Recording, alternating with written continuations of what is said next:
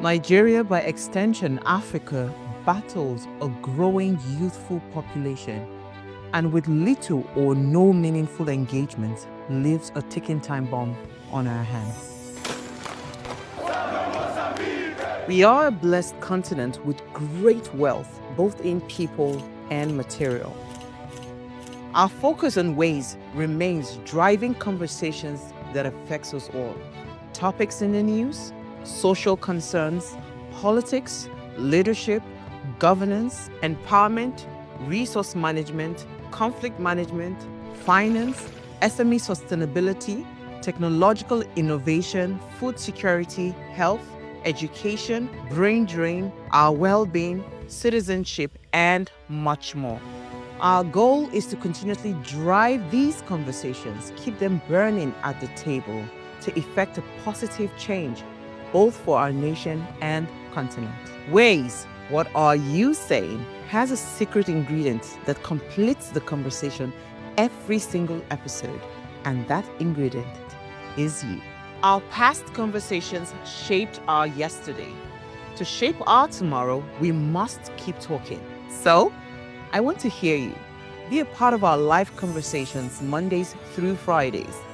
And let's all have our say. Good evening and welcome to Ace Primetime. My name is Choma Kalu. And tonight we turn our attention to a national crisis that has pushed millions into fear, forced families into debt, and stretched Nigeria's security architecture to breaking point. And of course, we know we're not talking about any other thing than the abduction epidemic. Now, President Bola Ahmed Tinubu has declared a state of emergency on kidnappings and mass abductions following weeks of escalating attacks across Kaduna, Niger, Zamfara, Katsina, Plateau, Taraba, and even parts of the Federal Capital Territory. Now, schools have been raided and travelers kidnapped in broad daylight, communities emptied overnight. And in the midst of this turmoil, the National Assembly has taken a bold stand, firmly rejecting any form of negotiation with bandits, warning that ransom payments only fuel criminal networks, empower terror cells, and weaken the authority of the state. Now, tonight, Nigeria finds itself at a crossroad. Do we negotiate? Do we confront? Or do we finally overhaul a system struggling to protect its people? And, the conversation we're having tonight would be exploring this abduction emergency. And we're asking, can tougher policies break the cycle? Now, remember, Ways is all about you as you are the why in Ways. So be a part of our conversation every single day and add your voice to the discussions. Head on now to our YouTube channel at Official Upgrade TV. Hit that subscribe button, like, share, and invite your friends to join the show now. And when I open my phone lines, of course, as always, I'd really love to hear what you have to say on this particular topic. And as always, here is a quote for you to ponder on for today. It says, "Insecurity thrives when state loses its moral authority to protect." And that was said by Professor Wole Soyinka. We will open up this much more, of course, but first of all, we'll go on a short break. And when I come back, I'll take you through my news interest for the day. Please stay with us.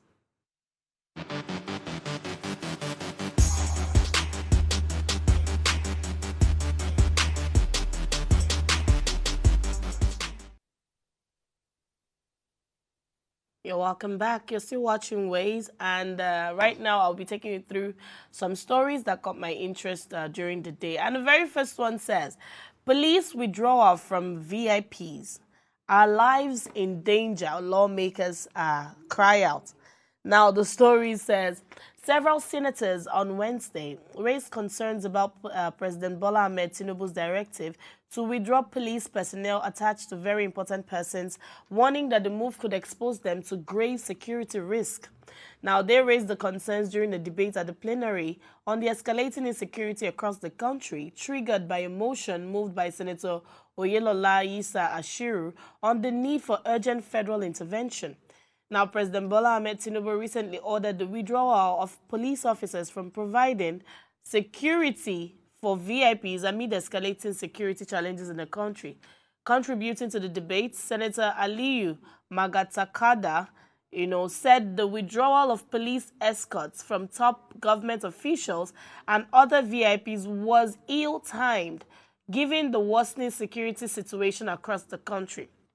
Now, according to him, public office holders remain high-value targets for terrorists, kidnappers, and other criminal gangs, making the decision potentially dangerous.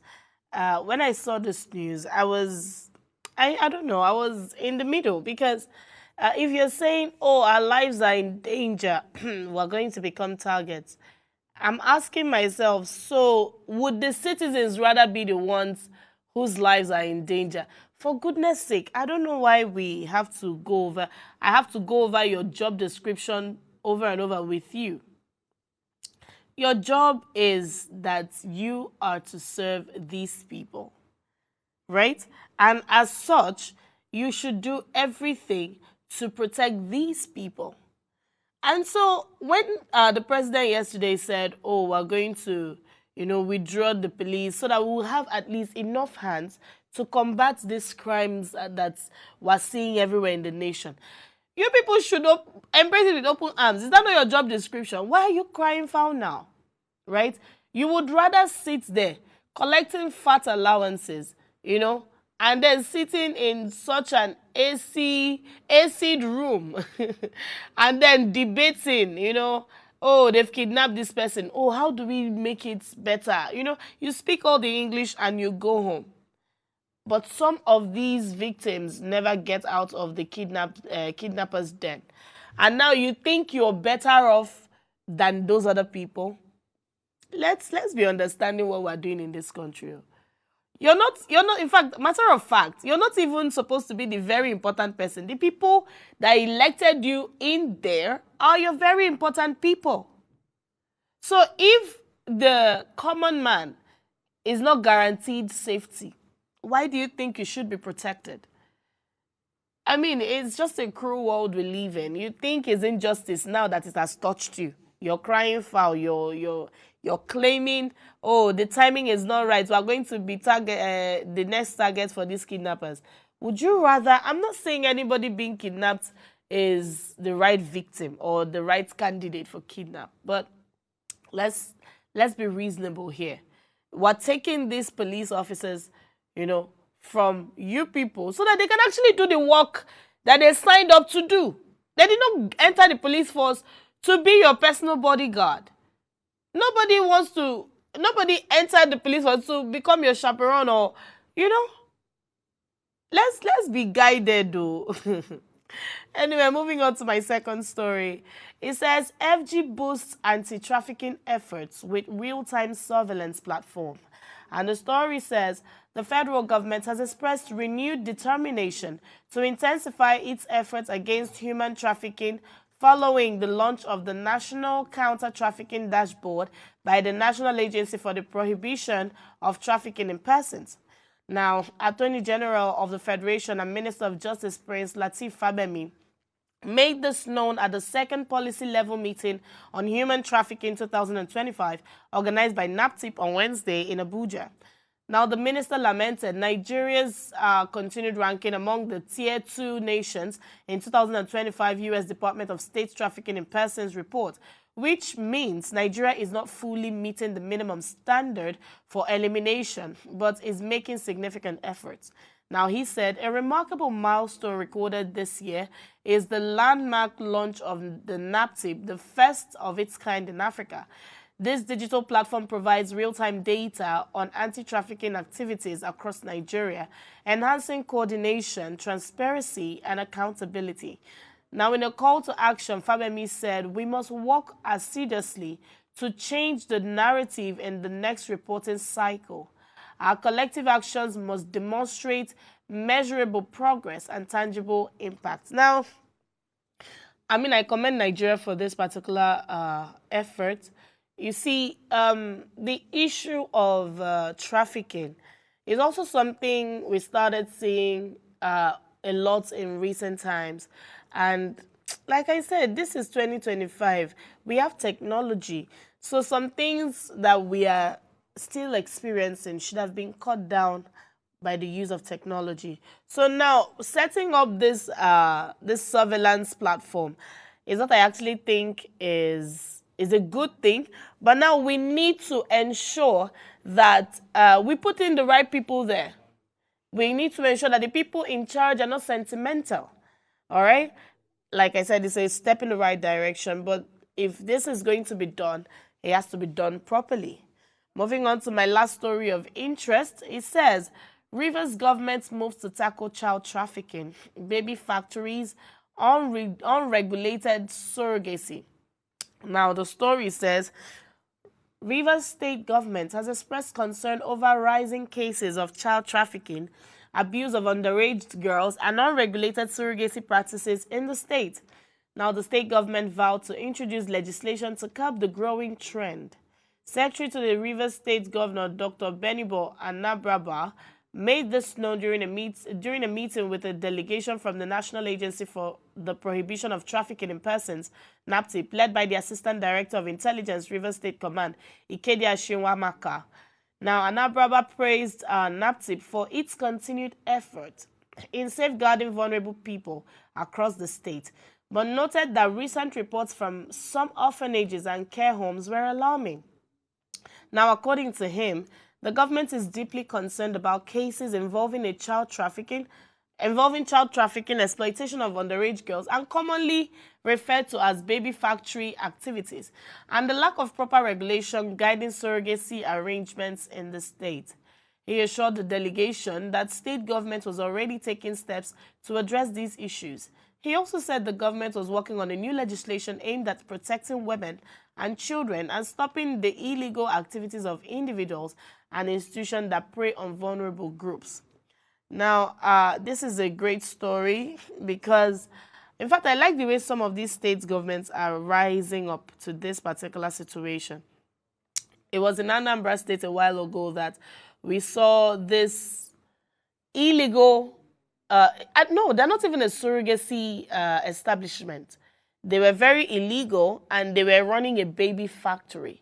So for people that can't conceive, you know, I'm sure some of us would know this story. For people that can't conceive, when they go there in Anambra State, they give the lady something to drink or inject something in her, and her stomach starts bulging, you know, month after month. And they will tell you categorically, oh, don't go to the hospital. Don't go and do scan. It will spoil what we have started and all of that. And they go for very, very desperate women who buy into this idea. I mean, if you see your stomach growing as a desperate woman trusting for a baby, you would think you're pregnant. And from the reports that we saw earlier, it showed that, of course, you're going to feel some movement. You think your baby is actually there. And then when it's up to 9 months, they tell you, oh, come back. We're going to deliver this baby for you. While in the actual sense, what they do is, because they run a baby factory, they can casually get some girls to have these children and take their babies from them and give it to you. You know, there's going to be some level of swapping. Something happens while you are unconscious in the said delivery room, and then you think that's your baby. I think it was this year or late last year that was uncovered in Anambra State. It was this year, right? And so Rivers State was going to take that trend, and I'm really glad that they are rising up to this particular situation, because we shouldn't be seeing this. Even surrogacy has to be done right. There's no back door to it. If you're going to do surrogacy, do it very, very well. Don't take advantage of unassuming people. Don't take advantage of disadvantaged people. You know, for maybe people living on the streets, you take advantage of them. Women that are desperate, take advantage of it. It doesn't make any sense. So I'm really glad that these conversations are ongoing, because we just have a lot of issues in the country and we cannot add that to the list. All right, that's all the stories I can take. We're going to go on a short break, and when we come back, we dive into our topic for tonight. Do stay with us.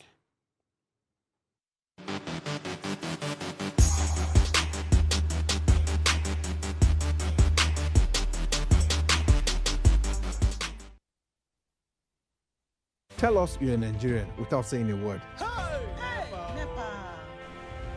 Energy security is one of the most pressing issues for many developing countries like Nigeria. And if there's going to be any meaningful progress, addressing our energy issues is non-negotiable. I know see light for my house. Make them do something. Band A is expensive. I literally have to turn off all my appliances just to reduce costs. We need light. Introducing the Energy Outlook, your go-to show for everything energy. Every week, we'll bring you the latest insights, innovation, and in-depth analysis of Nigeria's energy sector. From policy discussions to regulatory insights, we'll analyze the key decisions influencing growth and sustainability in the energy sector. We'll bring you the human stories behind the headlines, giving you a personal perspective on the broader energy challenges. Join me every Friday at 6 p.m.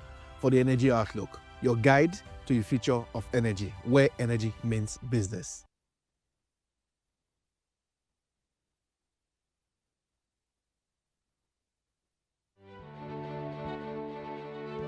Nigeria, by extension Africa, battles a growing youthful population and with little or no meaningful engagement leaves a ticking time bomb on our hands. We are a blessed continent with great wealth, both in people and material. Our focus on ways remains driving conversations that affects us all.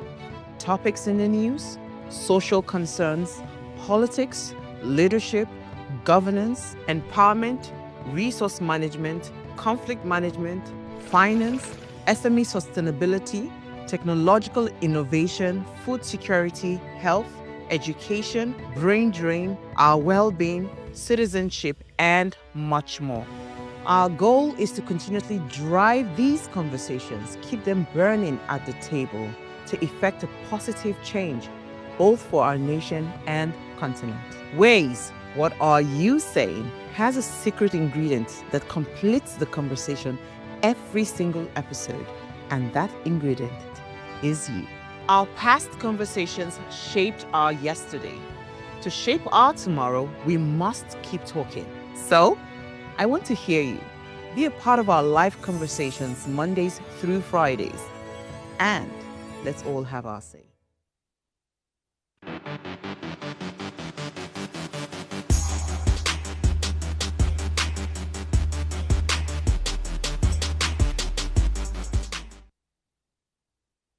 Thank you for staying tuned. If you're just joining us, tonight's conversation, we're talking about the Nigeria's abduction emergency. And like I mentioned earlier, President Tinubu, declared a state of emergency on the abductions that has been happening for the past few weeks. And, we're going to be talking about the policies because the questions are a lot. Can tougher policies break this cycle? I mean, with everything going on. So please, let's hear what you have to say. Remember, you can join the conversation by sending us an SMS to 0818-038-4663. Also, our phone lines are open now. You can call on 0702-500-7749 and also on 0701-4242-420. Let's hear what you have to say. Now, Nigeria is currently experiencing what I would call one of the worst waves of kidnapping since 2014. You see, recent research from the SBM intelligence have shown that over 3,600 people were kidnapped in the last 18 months, with billions paid in ransoms, despite the fact that ransom payment remained illegal.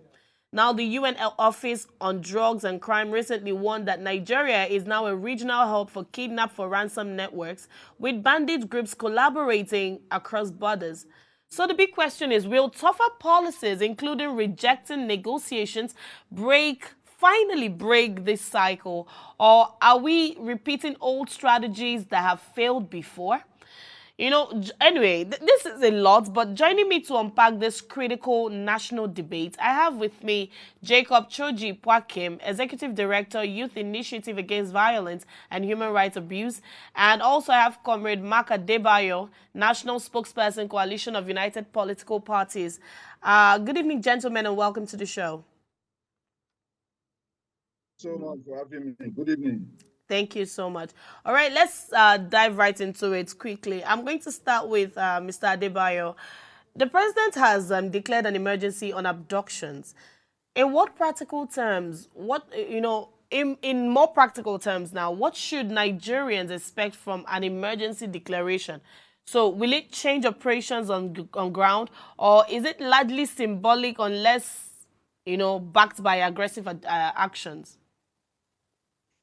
All right, thank you so much. You see, this fire brigade approach to the issues of insecurity and insurgency and terrorism in the country is not working. It's not going to work. Okay. It's just because Donald Trump made a declaration, then the president, they are confused because they don't have a program to protect Nigerians already.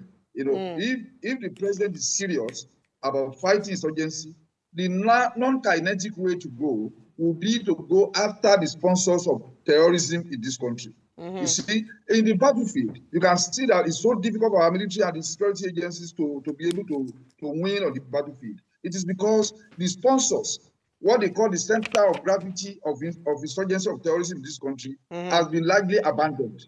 And you will remember, one senior naval officer, retired Commodore Kunle Olawumi, went on air on Channel TV to say that the presidency had a list of over 400 sponsors of terrorism in Nigeria, and that even some of them were in the government of Buhari at that time. So, and that some of them were in the government under Buhari. So, largely, and then in 2021, you remember that UAE, the United Arab Emirates, submitted a list of terrorist sponsors to the Nigerian government. But for obvious reasons, Buhari didn't touch them. For obvious reasons, because Buhari was an active participant in all of these situations. So now, until the government develops the political will to go after the sponsors of terrorism in this country, for so long, we will not be able to, to mitigate the problem. Now, if the president is serious, if he has the political will to make sure that he destroys terrorism in this country, first, he will go after the sponsors of terrorism, because that is the center of gravity of the insurgency, banditry, and terrorism in this country. For as long as some people are untouchable, for as long as some people are made to look like they are above the law and they cannot be touched, despite the fact that they are criminals, despite the fact that they are terrorists, for so long, the insurgency will continue. And the agenda that the people who are sponsoring this insecurity in the country, that they are planned for the country, it will just come to pass. But the president must develop the political will, and not because he wants to be politically correct, because he wants to win a second term, and there are some untouchables that must not be arrested, prosecuted, and at least name and shame them, arrest them, prosecute them, jail them, and do what the law has said, that anybody arrested for terrorism, prosecuted successfully, is going to get the death sentence. So until some high-value individuals who are sponsors of terrorism and insecurity in the country are gone after, arrested, successfully prosecuted, and jailed, will continue to, what the government is currently doing is just to move around the circles. It's just to move around the circles. So that is it. The first president in the history of Nigeria to accept that he had Boko Haram in his government was President Goodluck Jonathan. He said so, that in his government, that there were Boko Haram people. But they became more when Buhari came to power. And for obvious reasons, Buhari was unable to deal with the issue of killer herders. Buhari was unable to deal with terrorism because he himself said during Jonathan's regime that an attack on Boko Haram would be considered as an attack on Northerners. Buhari was on record to have said that. And then, so how do you now make Nigerians, in our ignorance, we went ahead and made him president, and then we expected him to fight terrorism? No, that's why he didn't do anything about killer herders, and that is why in the whole of Abuja, you see herders, you see cattle everywhere, even in the federal capital territory. I live here, I work here, I see them every day. So even this one, they said there should not be that the Mieti Allah or the killer herders come and submit their weapons. You will see nothing of it. The issue of withdrawing policemen, now they said they have withdrawn 11,000. Well, let's see the evidence. The policemen from VIPs, you will see that they will not be able to implement that policy. You can see that the National Assembly members are already picking against that policy because they are so self-centered, they are so selfish. What Achebe called self-centered patriotism. All they are after is about themselves. All they are after is about their own security. All they are after is about their well-being. If you withdraw policemen from these so-called VIPs, you know, and some of the VIPs are very important criminals, if you ask me. So it's not everybody who is a VIP in this body is a very, very important person or personality. Some of them are mere, maybe very important politicians, but most of some people that call themselves big men, VIPs here, are very important criminals. And that is why you could see that the government is not upbeat about going after any sponsors of terrorism. UAE submitted a list to Nigeria that the ones we discover in our country, we have arrested them, we have tried them, we have jailed them. But the remaining ones that are in your country, this is the list, and it was submitted to the President of the Federal Republic of Nigeria under General Buhari. I'm sure that list is still in natural. I'm sure the current president will have been given that list. The DSS did a wonderful job, collected names of people of interest who have been sponsoring terrorism in this country and submitted same to the federal government. What has happened to that list? What has happened to it? It was disclosed openly. I'm not speculating. A senior security official, a Navy Commodore, came out as a member of the Nigerian security architecture to say this was what happened, and that there is an agenda to take over the country and turn it into one religion. And look at what we are seeing today. It's not the terrorists are making videos, killing our generals, killing our soldiers, killing our policemen, kidnapping our children, and then now we say, hey, go and recruit 30,000 more personnel. What is 30,000 going to do in policing this country? If the president is serious, he will activate a thorough emergency protocol, by which I mean that you will immediately give an order that a minimum, it will not be enough, but a minimum of 500,000 emergency trained soldiers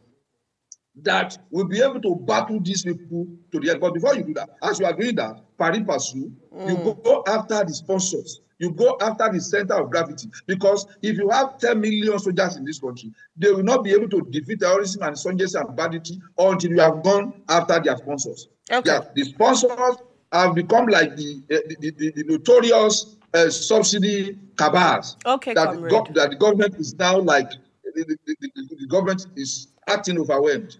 And I'm disappointed. I think we all are. But let's hear from you, Mr. Jacob. What's your thoughts? What was your first reaction when you heard about this emergency declaration from the president? Okay, thank you very much. First of all, I wouldn't want us to discuss this issue from the lens of northern and southern divisions, or Muslim and Eastern divisions. On one part, we know that there is, we're dealing with criminality, where people have enjoyed impunity over the years, and it has served as a self-recruiting component. On the other hand, is the failure of the state to protect citizens, thereby making the ground very fertile for any form of criminality from the outside to thrive. To be very honest, Nigeria is at war with outsiders and at war with itself, where we, on one part, we have politicized almost everything, thereby not looking at issues with a nationalist lens. The problem that we're facing today is already a very serious issue that just mere policy statement will not solve it. So for me, what came to my mind when this whole thing happened was a president who has been sleeping on duty with regards to, I've always believed that Mr. President knows the problem of this country. That's why he survived emerging as a president. So, but again, he didn't have the nerves to really address the issue at hand. It may shock my brother who is a co-guest here, that part of those people who benefit from the roots of this country, from the criminality, from the abduction, kidnapping, and all one, may come across different parts of the country. It may shock you to really hear that. And that is why That's when a it way to comes look at it. Mm-hmm. Yeah, well, so when it comes to security conversations, I'm always very careful how I delve into it, except I have very concrete evidence about it so that I don't get into politicization of this conversation. So for me, if we are to look at this issue, there should be the restructuralization, there should be the review of the security strategy of this country. We don't need to recruit any more 30,000 policemen or even whatever number of policemen. The same problem that have affected the current Nigerian police is the same problem that is going to affect those ones. So what is the problem of the current Nigerian police? Underfunding. Monies, we hardly see police being trained. And when you go to their training colleges, what is the standard of this training? What learning apparatus do they have to really advance themselves in investigations? Two, there is also the issue of the political will on the part of the leaders. The IGP, for instance, is already retired. What does the law say about it? It is a position that is on hierarchy. Should the current IGP still be existing? So technically, in short words, what is existing on illegality? So a country where the chief security architecture is already existing on illegality, it demoralizes its staff, personnel. Two, when personnel want to really die in the course of service, what has been the benefits that go to their family? It makes it quite difficult for them to really invest their time and resources. I work in local communities, rural communities, where people imagine that, okay, there are a lot of bandits, there are a lot of this, there are a lot of kidnapping, and I can tell you that communities will tell you that at times when they call the security to come over an emergency issue, these guys will tell them, hey, you need to give us money to fuel our car. So it again speaks about the underfunding. Now, over the years, some people have enjoyed this criminality, and we have downplayed its impact. Not until now that, okay, there is an issue that is coming up, a pressure on Nigerian government. And for me, beyond the fact that Mr. Trump, the statement of Mr. Trump, because it is having its own impact here, the statement of Mr. Trump may have also escalated, whether in real time or fake, the fact that there is an upsurge in this kidnapping, because the conversation has been Christians were kidnapped and ransoms were collected from them, and as a way of Christian persecution. So it's very possible that what they are trying to now do is, on one part, government is showing that they are working, even when they are not, and on the other part, they're trying to justify that this kidnapping is across board. So again, we're back to the dishonesty that we have managed this country, whether as president. So for me, if we're going to go back to really address this issue, in Nigeria, we have different security architectures at state levels and also at local government levels. We have a lot of young people who are willing to safeguard their communities, who understand their communities very well. All they just need to do is put them into clusters and give them responsibilities. Okay. You safeguard here, you safeguard there. These people have been committing themselves into this responsibility. All they just need is, how can the state really give them a cover so that they operate under the emblem of the state, and they are going to do this. And so it's not the number of paid security personnel that would address this issue. The concern here is, how can local people in communities be integrated into the security architecture?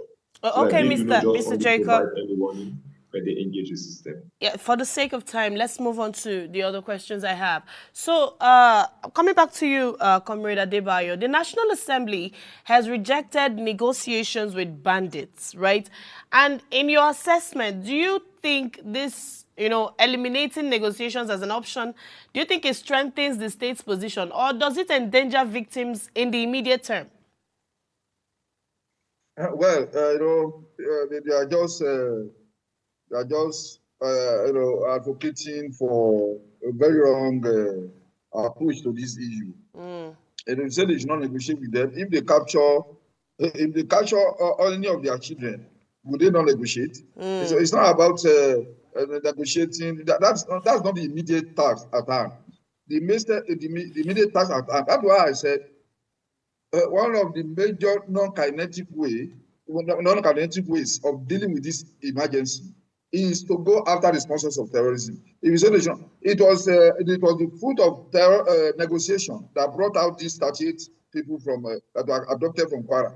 Ditto for the 24 kids who are abducted in Kebbi. So hopefully the 251 who are currently in custody from St. Mary's College in Niger State, that hopefully the negotiation will bring those ones out. You see, if anybody has a victim, has a family who has been abducted, a child who has been abducted, you will not talk about nobody should negotiate. You will not talk about that.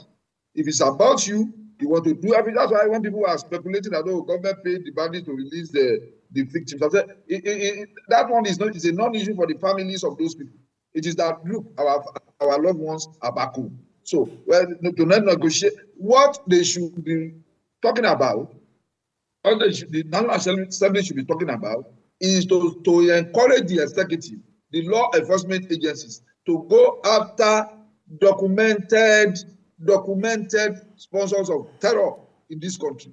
Once you go after those ones, and then they have to be talking about applying stiffer penalties to sponsors of terrorism and anybody who is caught, as a terrorist in the field. So that's what they should be talking about. You are talking about what other options do they have if they would not negotiate with them. You negotiate when you are in a position of weakness. You negotiate. Was it not in this country? When we are talking about very powerful people who are the sponsors of these people, it was in this country, this same country, that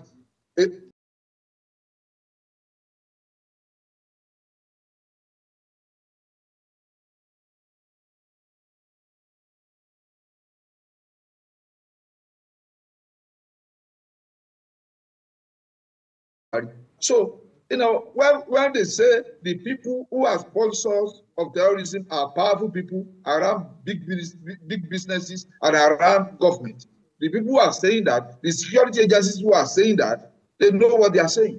But what they need is the order and the box stopped at the table of the president and commander-in-chief of the armed forces. Now, we were told that 1 hour, 2 hours before the Kebbi students were abducted, the military personnel that were close to that place were withdrawn. That is the question the Kebbi state governor has been asking, and nobody has answered it. Now, who gave the order to withdraw the soldiers before the terrorists came in and packed the children away? So we have heard that story everywhere, that at a point, in fact, some of the military generals who are retired were the people who are doing the job of eliminating terrorists. When they saw that they were having upper hands, they prematurely retired them. Who are the people doing that? Who are the people doing that? You see, look, the government knows what to do, but they are not doing it. All right, comrade. For their own self-survival, for their own political interest, they are not doing the right thing. They have not been able to arrest one high-value sponsor of terrorism for the past 40 years of this menace in this country. It is a shame.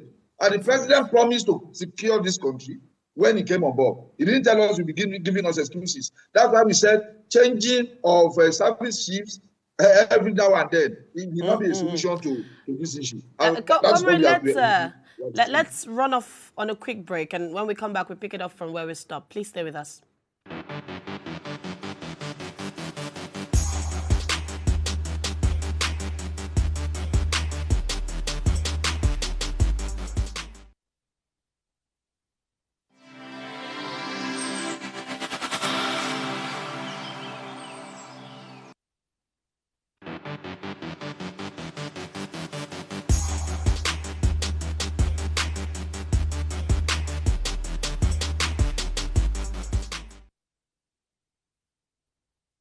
Welcome back. We're still talking about the sudden declaration of a state of emergency on the abductions and, everything going on in the nation currently. And I have Comrade Adebayo and Mr. Jacob with me on the show. Let me come to you, Mr. Jacob, right? What do you think are the biggest intelligence failures driving this crisis that we're seeing in Nigeria? Are our security agencies struggling with the coordination? I understand we have established that there are some people backing, this terrorism. But would you also fault, coordination, data sharing, or is it just a simple case of outdated tactics? Okay, I always want to be very careful how I make statements. Yeah. If you ask me what happens in Yaba, where I lead, because I'm privy to how information is being shared, how information is managed, knowledge is managed, I can make a lot of comments about it. I'm not a DSS personnel, neither am I a military personnel. Okay. So all that I know as an outsider is the fact that it's a failure of system, and I feel how it should have been done. So from the angle of how it should have been done, we need to see that no terrorists should go unnoticed in Nigeria. There should be tracking of people. And I can tell you for sure that with some great fine conversations, which are not confirmed, there's a very strong database that monitors people's conversation. Today, the security will tell you that they know where exactly I am. I'm making this call. They know. If you remember, so if they do, why is it difficult to trace these people? We're seeing these bandits on TikTok lives these days. The comrade over there have talked about the political will. See, Nigeria, the problem that we're faced with in the country is not the failure of just immediate government, immediate past government. Even right from 1999, President Obasanjo made this problem. It's a system that has celebrated criminality over the years, and this criminality is coming to haunt us. So we have been, because it didn't skyrocket to this level, we were busy managing it, playing politics with it. Not until when the crack on the wall has expanded and the outsiders are taking advantage of it. So if they are taking advantage of it and the Nigerian government is not ready to, so there is an insider who is welcoming an outsider into this space, because we've watched some of those videos. They are not Nigerians. They don't look like Nigerians. So if they don't look like Nigerians, what has happened to our borders? Because again, like I said, we can only make comments on what we know. What are the protection gears that have been put along our borderlines? Who comes in there? There is this continental free trade, whatever, free movement. But again, it doesn't mean that because you're in West Africa, you're in this, you can just come into a country. No, you must be vetted. You must provide evidence, what do you call international passport. You must provide a couple of things that you have to enter into somebody's country for whatever business that you want to do. So as far as we do not deal with, so there are the people within the system, within the country that have failed this country, and there are people from outside. So he talked about the issue of Goodluck Jonathan, talking about there are terrorists even in his government. The question I ask is that who did Goodluck Jonathan flush? So these people that we're talking of, that they are in government, I agree, President Goodluck Jonathan said it. But I can tell you, for President Goodluck Jonathan to have muzzled up the courage to say there are terrorists and not have the guts to flush at the terrorists, it means that these terrorists are within the system. Have you heard of conversations that they have talked about? Is it crude oil for arms, gold for arms? As far as there are leakages, there are liquid cash. There's cash that can easily go in the hands of people. As well as we have a country where its borders are not protected, where I can just go in there, get in 10 million naira, 100 million naira in cash and move with it. Clearly, it shows that it is like a banana republic. So for me, the suggestion that I'm going to make here is that beyond just going after the sponsors of terrorism, we need to see the streamlining of flow of cash. We need to go cashless. Because when during the cashless policy, where we did during the Metwele time, Buhari time, we saw that this abduction or whatever reduced drastically. But when again Tinubu came on board and he decided to say, oh, it's a free for all, and again it returned. So for us, if there's anything that Mr. President must do, is that can we reduce the inflow of cash? Can we intensify monitoring of our borders and our security checkpoints, and also integrate community security surveillance? Clearly, for me, these are ways. Yes, I agree that the sponsors of terrorism must be fished out. But again, those people at times they are very powerful people that may have even made Mr. President to become president. And separately, I've told people in communities that when you see somebody spending a whole lot of money, you respect him, you think as if this person is quite influential or whatnot. That person may have been the kingpin behind terrorism. That person may have been the kingpin behind kidnapping. In just here, for instance, Plateau State, since the 2001 crisis that we've experienced, how many at the Plateau State level, out of all the commissions of inquiries that have been established, that the white papers have been produced, who have actually been arrested and prosecuted? Nobody. So you get to see, we live in a country where you can just kill 100 people and the next day get away with it. Fine. So what do you expect? Okay. Beyond just Mr. President. Yes, just wrap up your thoughts. Beyond just Mr. President taking action, citizens must checkmate what they condone. Because 10 people cannot be killed and everybody the next day were even joking over it. So there's a very big problem that on one part, the presidency, governors, chairmen must take responsibility, security agencies must take responsibility, and on the other hand, citizens must also take responsibility. Right. Let me come to you, comrade, sir. Now, I mean, you've mentioned it, and I'm also going to highlight it again. You know, many of these communities say the military presence is often times, very reactive rather than preventive. And we've seen it over time in Nigeria, and they will tell you, oh, it's a guerrilla warfare, and we don't know, we have to watch them, and then I have always had a question, why do we have to wait for them to strike and then before we learn and know what to do? Right? So how do we move from responding after abductions occurring to preventing them from occurring altogether? Now, you see, look, before we used to think that it was because of failure of intelligence was the reason why the security agencies were not able to nip attacks in the board before they happen. But we later discovered that DSS has been doing its own job. That the Directorate of Military Intelligence has been doing its own job. But what they do, their own is to gather intelligence and submit same to those people who will operationalize those intelligence logistics. So it depends on the people that have the power, that in charge of operationalizing those intelligence points. But if they refuse to do it, there is nothing they can do, because we know that since around 2005, when Boko Haram was beginning to gather and beginning to train themselves and beginning to arm themselves, since around that time, the intelligence agencies, the intelligence community had been doing their job of collating intelligence reports and submitting same to those who are supposed to implement and operationalize those intelligence briefs. But they didn't do anything.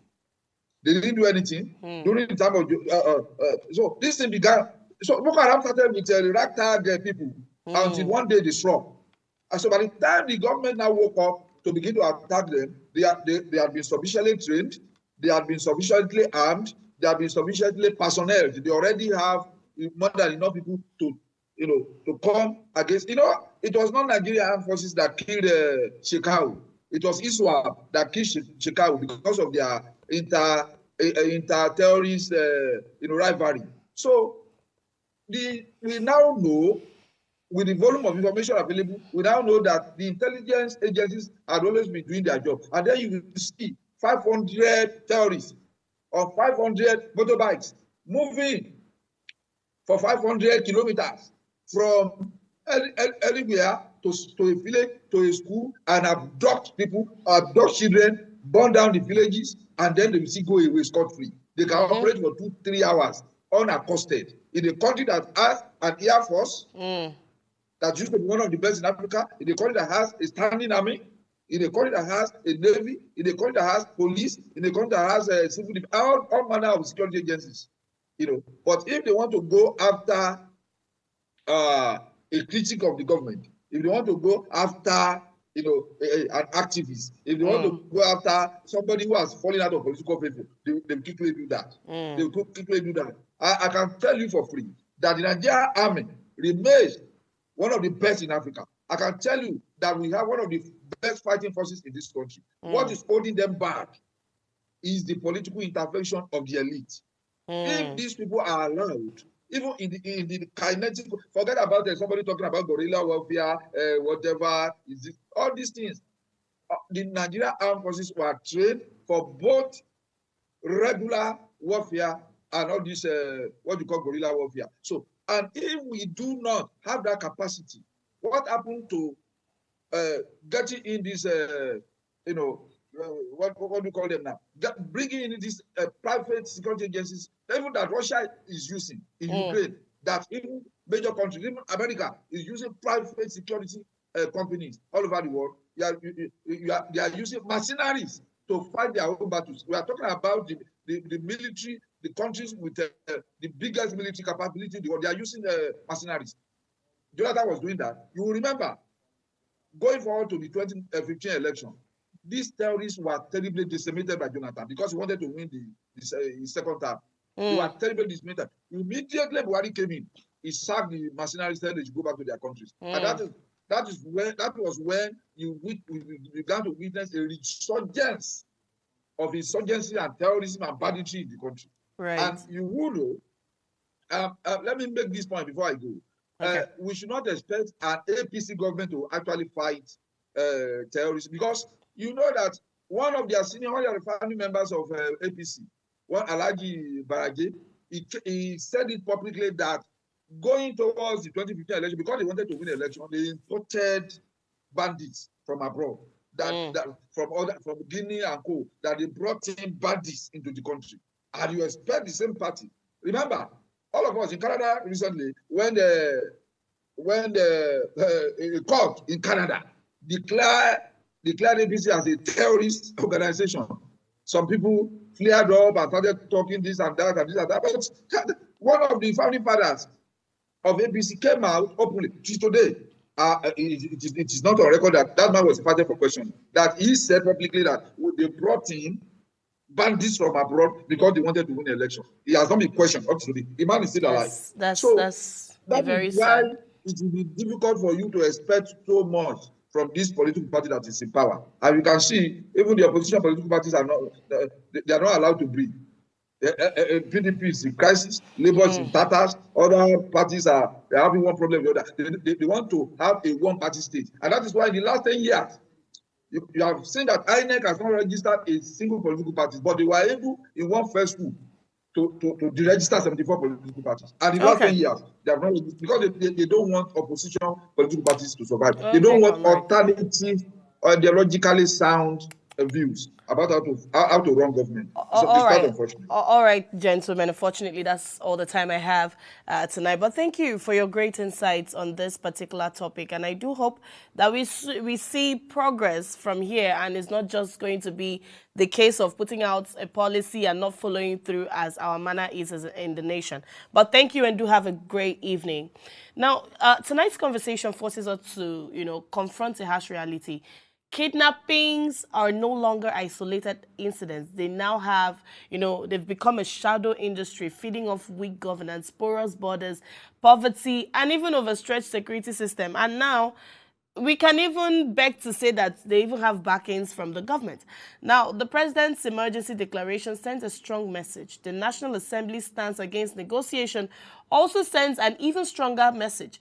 But declarations and resolutions on their own cannot just save abducted children, travelers, farmers, and even families. Our strategic intelligence, coordinated security action, uncompromising political will can. that political will has to be uncompromising, because that is largely the problem Nigeria has. And you see, Nigeria cannot continue to mourn in cycles. And we can't continue to normalize abductions. And like I would always say, we have a culture of adaptation.